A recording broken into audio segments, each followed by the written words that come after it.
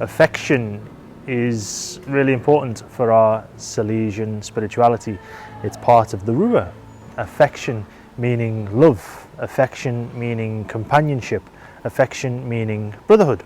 And as Salesians of Don Bosco, we are called to be brothers. And in our house here at Battersea, I've lived for probably just on 6 years as a brother among brothers in our community, where we have shown affection towards each other, where we have prayed together in this chapel, where we have ate lunch and dinner together in the dining room, and where we've challenged each other over simple issues or big issues, because that's what families do. We question each other, we love each other, we challenge each other. Most importantly, we support each other. And that for Don Bosco was affection. He wanted his Salesians to be affectionate towards young people, but also, and more importantly, loving towards the brothers in community. Welcome to Battersea. Here we are in southwest London, and the Salesians have been in this area for well over 100 years.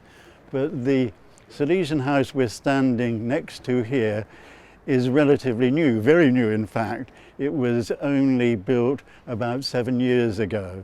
Our Salesian community here in Battersea numbers 18, and a couple of the Salesians work in the school next door to us, a couple work in the parish. But the majority of the residents are students, young Salesians, who are here studying at the Diocesan Seminary just a few hundred yards up the road from us. And they're doing their final 4 years of study before they are ordained as Salesian priests. And now we have become a very mixed cultural, language, national group of students. So some of the students come from India, some of them come from Africa, and we even have some who come from Croatia as well. And they all work and study together, and as I say, they will be here with us for 4 years before they are ordained to the Salesian priesthood. We just walked across a very busy Battersea bridge, and this is something that the students here at our Salesian Formation House in Battersea do every day as we enter Allen Hall, the seminary of the Westminster Diocese. Before I explain why we've come to the seminary, I just wanted to explain this. St. Thomas More, one of the English saints. St. Thomas More was the Chancellor of England during the time when Catholics in particular were being persecuted for their faith. Thomas More, as the Chancellor, as a layman, dedicated his entire life to his faith, and because of that he was taken to the Tower of London, arrested and killed. So this place where we are, this seminary, has so much history of adoration of the Blessed Sacrament from this chapel of a community of sisters, but it's also the land of a saint. And here is where so many priests are trained. So here at Allen Hall, along with the Salesians in formation from the Battersea community, are all the seminarians of the south of England. And we study here for 3 years. I've done 2 years here because I did a degree at St. Mary's University beforehand. But the students here will study for 3 years a pontifical degree. So at the end of that year, at the end of those 3 years, they will receive a BA in theology from England, and they will also receive a pontifical degree from the Mater Ecclesiae College. We are here with Father Hugh, director of the Formational House in Battersea. So Father, I was meaning to ask you, it's clear that it's a richness for the Salesian province and the Salesian mission. But I would like to ask you, how do you think it benefits most the students, Salesians that are here? It benefits the Salesian students because this is a very rich area in many different ways. So as we look round, you can see flats and those flats are occupied by families from many, many different countries. So there's a tremendous ethnic and cultural diversity, and that's the world we're growing up in, certainly in England and in other parts of Britain. And also it is a very rich city when it comes to so much culture. We have a fantastic number of museums, of galleries, and then we also have theatre and we have cinema, and these are all very much part of the formation of a young Salesian. That's the way you're prepared to be a minister in that sort of world. And how about for yourself? What would be the benefit that you receive as a rector here? Oh, that's a very good question, I must say, Luca. Well, I am partly a native of London. My mother was born in London, and so I feel naturally very much at home in London. I know a lot of Salesians from other parts of England don't particularly like London, but I love London and I love its richness. There's so much to see, so much to do. And also, we have a very diverse community, and most of the time I think it's true to say that we get on well. Yes. Like any family, we have our little ups and downs, but it's by living in that sort of situation and growing through it that we become the Salesians that Don Bosco wants us to be. Welcome to St Mary's University, which is a state university here in the UK and also a Catholic university. It was a teachers training college and it is now a full university where the students in formation for the Salesians Don Bosco join lay students in their theology degree, and also as part of the Mater Ecclesia College of Alan Hall, they also get a pontifical degree. So at this university they get a BA in religious studies and theology and an STB, Pontifical University. As a Catholic university, at the centre of the campus is this beautiful chapel, and the chapel is dedicated to the Immaculate Conception. Altogether, for 6 years I have been a student at this university. I did my first degree as a BA, which is a state degree in theology and religious studies. I then did another year as a PGCE, which is a qualification in training as a teacher. And for the last 2 years, I've been a part of this combined university with the Mater Ecclesia College for my STB, my pontifical degree. For a young person, maybe thinking about this vocation, considering something, but not having enough courage to respond, do you have any advice? The very fact that you are thinking of a vocation, of maybe giving yourself to God as a Salesian or as a priest, that means that God is calling you, and you have to respond to that call.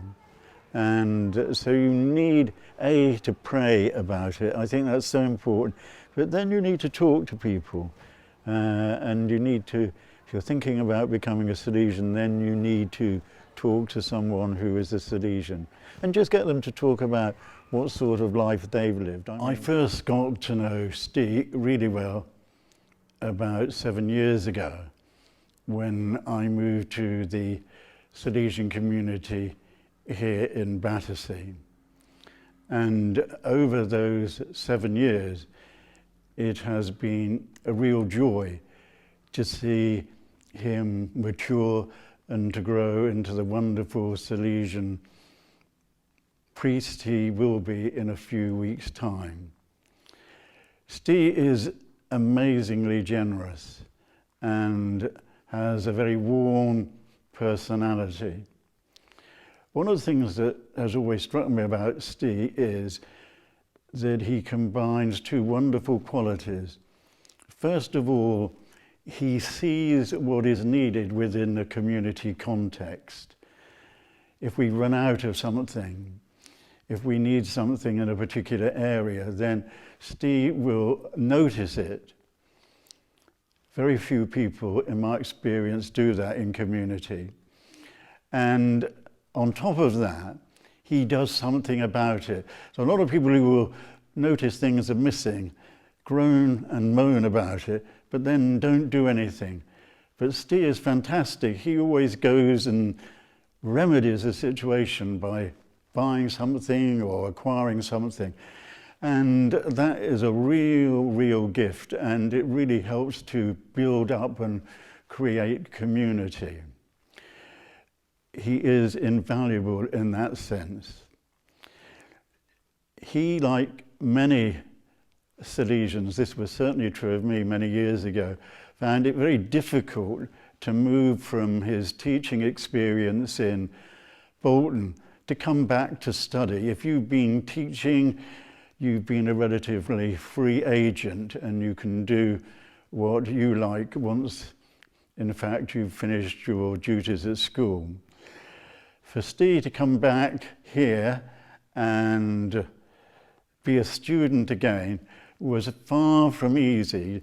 STE would be the first to admit that he's not an academic, and at times he has to really put in a lot of effort to master the various subjects he's studying.